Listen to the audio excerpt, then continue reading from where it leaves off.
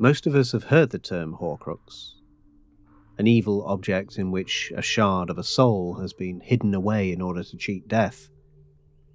Most of us will know it as a particularly dark element of the modern fantasy world of Harry Potter. But most of us will not know that the Horcrux has its folkloric roots here, in the real world.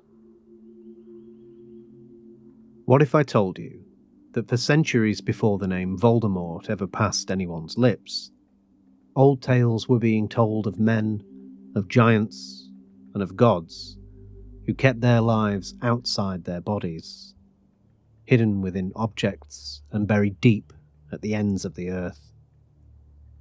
These stories go far beyond our fear of death, and their implications for us today are far more severe than ever before.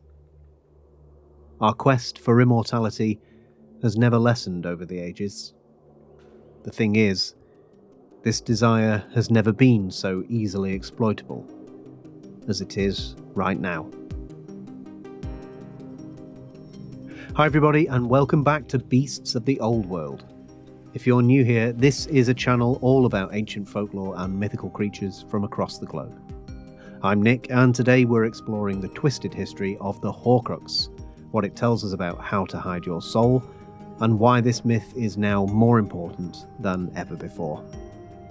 As ever, dropping a like on the video and leaving a comment is always incredibly helpful to the channel, and if you haven't done so already, make sure to subscribe and set notifications to catch new uploads when they come.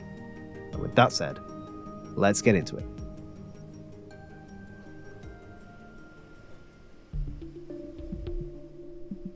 The idea of keeping your soul outside your body, what folklorists call the separable soul, is one of the most widespread motifs in world mythology. It appears in dozens of cultures, under many guises, and has been formally catalogued in the Folktale Index as ATU 302, the giant's heart in the egg. In the north, Norse storytellers spoke of giants who couldn't be killed, for their hearts were hidden far away. In The Giant Who Had No Heart in His Body, a young prince tries to rescue a princess from a giant whose life is bound to an egg inside a duck, swimming in a well, deep in the woods. Only by finding and breaking it can the giant be slain. We see the exact same notion in Arabian myth, only this time it's a jinni, or sometimes a wizard, who hides their soul inside a series of objects, all deep inside a mountain. Across the Slavic lands too, tales were told of ogres and witches who could only be destroyed by uncovering the secret place where their souls were hidden. In India, kings have been said to have concealed their lives within parrots, and in Africa, the souls of ogres were guarded by fearsome beasts or hidden in the earth. The pattern is everywhere. Time and again, across thousands of years, humanity imagined that life itself could be displaced, hidden securely, and held hostage outside the body. And yet, of all these immortal beings, the one who has left the deepest mark on our imagination is Koschei the Deathless. Koschei is a skeletal, miserly figure. There's some debate as to whether his name means bone thin or captive, but as we'll see later, both are appropriate. In the tales, he is usually the villain. The hero will try to defeat him, but no matter how thin and skeletal Koschei appears to be, he cannot be killed by any ordinary means. Koschei's death, as it turns out, has been securely placed within a needle, which in turn is inside an egg, which itself lies within a series of animals, all inside a chest buried deep underground on a far-off island or some other remote place.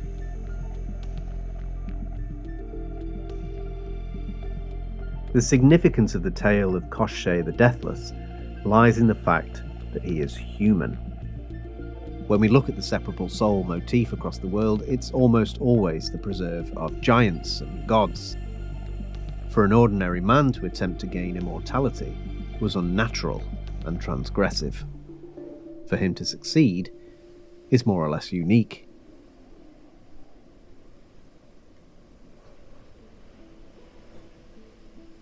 And still, for all his cunning, Koschei is always defeated. His soul, elaborately hidden though it might be, is always discovered in time. Death always catches up to him.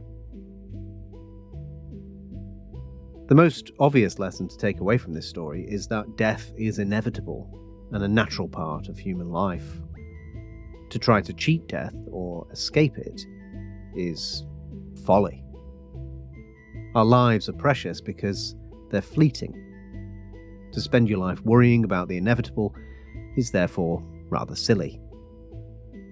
But it occurred to me as I was reading about this strange character the other day that this message applies in a much broader sense too. Because apart from this fairly obvious message about death, Koschei's story is also a warning about stasis, stagnation, and why holding on to the past is a fool's game. Throughout the 20th century, each passing decade seemed to shed its skin and grow a new one. The world danced to a different rhythm every 10 years or so, each decade with its own fashions, its own sounds, its own dreams of what the future might be. But then, somewhere around the millennium, the rhythm faltered. Technology advanced, but those cycles seemed to stop. And meanwhile, the future became something to fear. We stopped creating new styles and listened instead to old songs that we knew so well. We even remade our favourite movies in 4K. We still do. As if, by living in the past, we could somehow hold back the tide. Our culture no longer seeks to become something new. It seeks only to continue, to endure. Like Koschei the Deathless, we hide our future far away, hoping we never find it, or that it never finds us, anything to avoid the truth that all things must come to an end. Even modern politics reflects this fear, where we once planned for a better world and a brighter future, we now plan for no change at all. No reform, no fixes to our problems.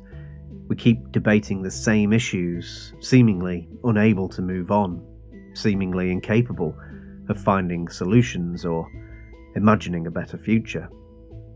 We're stuck in the long holding pattern of a world unwilling to die.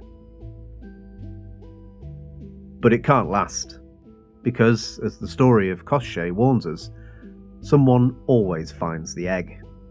The needle always breaks. By locking his soul away, Koschei does indeed postpone change. He postpones his own death, but only temporarily and at a terrible cost. In striving to become a god, Koschei instead creates a brittle immortality, a life without change that's already half a death. In this sense, the story of Koschei holds a powerful lesson for this culture of ours as it tries to cling to the past at all costs. Nothing lasts forever. It's the inevitable truth we all must face. And that is why, in every tale, Koschei must fall. Most people accept this, even if it is an uncomfortable thought. So why can't we seem to move on as a culture, when the vast majority of us would not behave like Koschei given the chance? Well, it turns out that there's another hidden soul story that presents us with a chilling twist to this question. What happens if your soul is hidden somewhere, not because you've hidden it yourself, but because somebody else has? This is the story of the soul cages.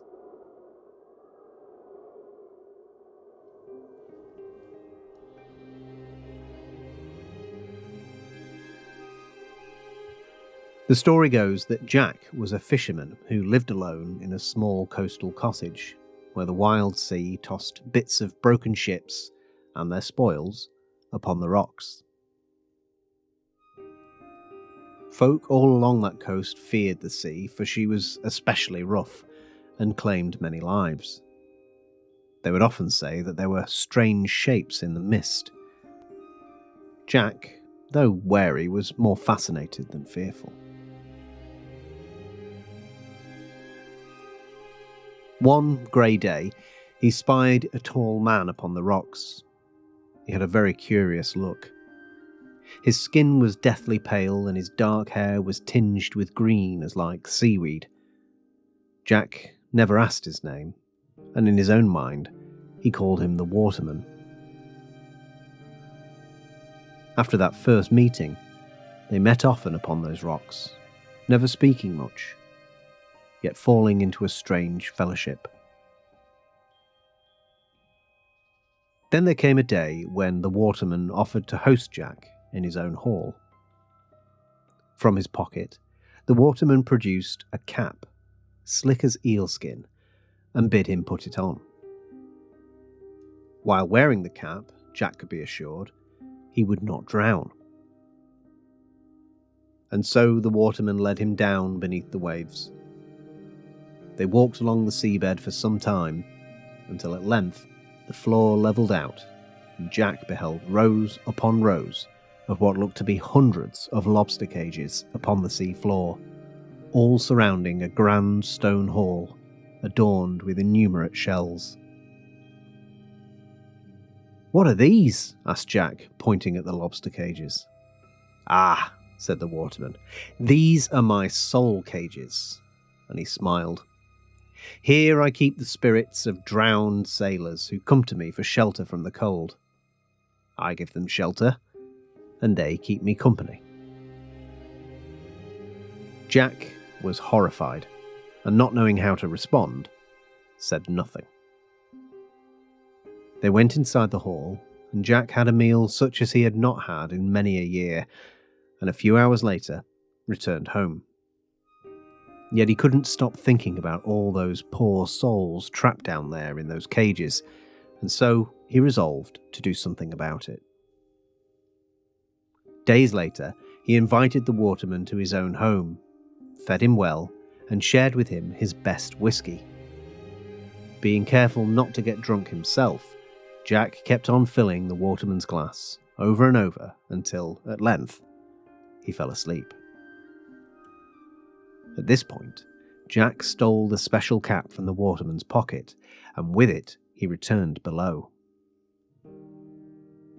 He opened one cage, and a drowned man's ghost rose up and whispered, "Jack, you need to get out of here. It was the Waterman who dragged us down, Jack.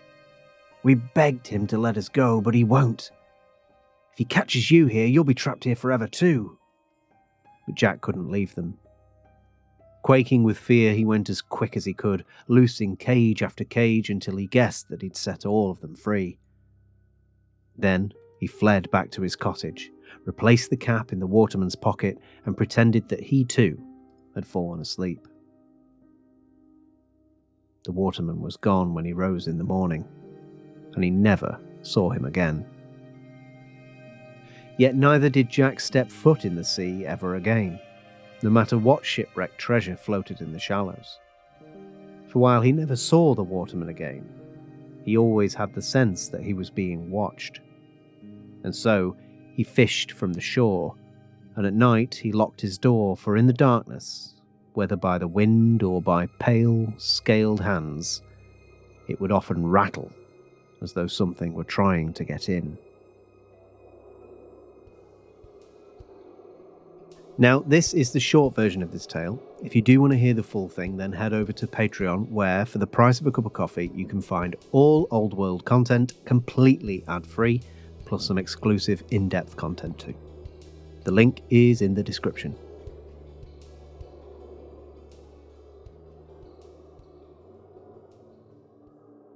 On the surface, The Soul Cages is a simple seafarer's tale, but it reveals something much darker than even the tragedy of Koschei. For while Koschei hides his own soul, of his own accord, the Waterman takes the souls of others. The sailors don't get to choose where their souls will go. They're simply dragged down, drowned, and locked in cages against their will It is in this that we glimpse the truth that Koschei cannot.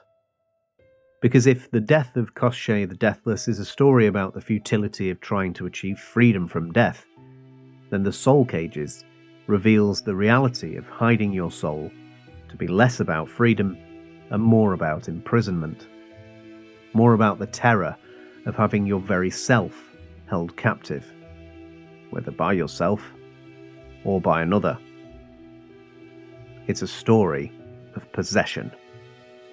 And here, perhaps, the old tale speaks more urgently to us than ever before, because much like the lost and drowned souls of those sailors, we too seek shelter from the cold. Increasingly, we look for it online.